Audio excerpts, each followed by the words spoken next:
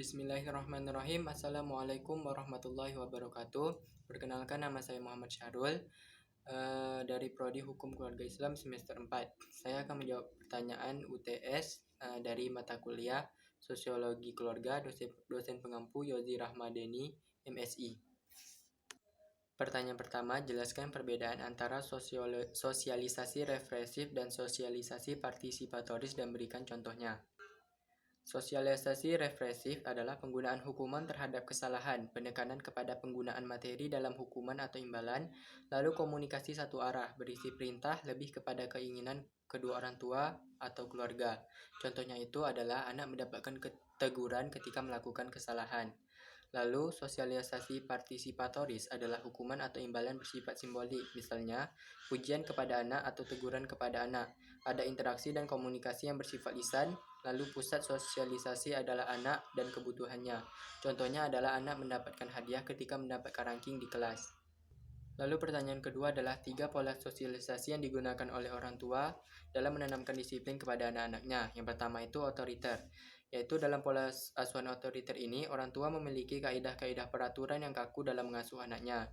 Lalu demokratis, yaitu orang tua menggunakan diskusi, penjelasan, dan alasan-alasan yang membantu agar anak mengerti mengapa ia dimintai untuk menaati peraturan. Lalu permisif, yaitu orang tua bersikap membiarkan atau mengizinkan setiap tingkah laku anak dan tidak memberikan hukuman kepada anaknya. Ini digunakan kepada anak yang sudah dewasa. Lalu pertanyaan ketiga, faktor-faktor yang mempengaruhi seseorang dalam memilih pola sosialisasi.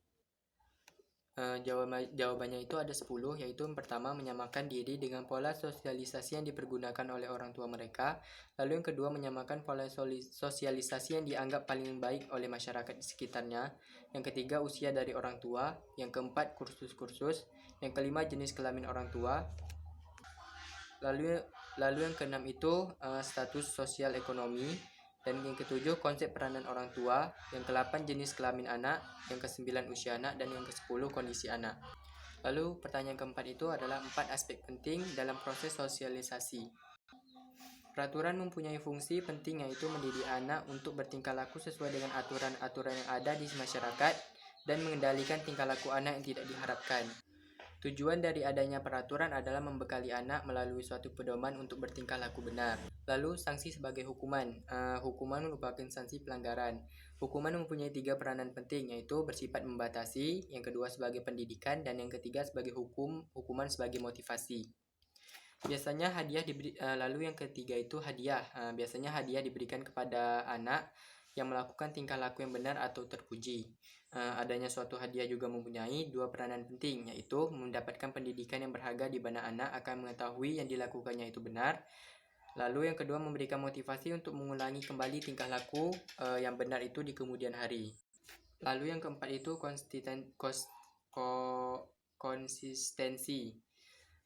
Jadi yang paling penting dari keempat faktor di atas adalah konsistensi, karena segala sesuatu yang konsistensi seperti mengenai waktu, menerapkan hukuman, memberikan hadiah atau penghargaan akan menjadi segalanya menjadi sebuah aturan. Segala sesuatu yang dilakukan secara berulang-ulang dengan konsisten akan menjadi pedoman atau aturan.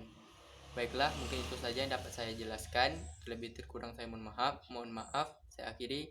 Assalamualaikum warahmatullahi wabarakatuh.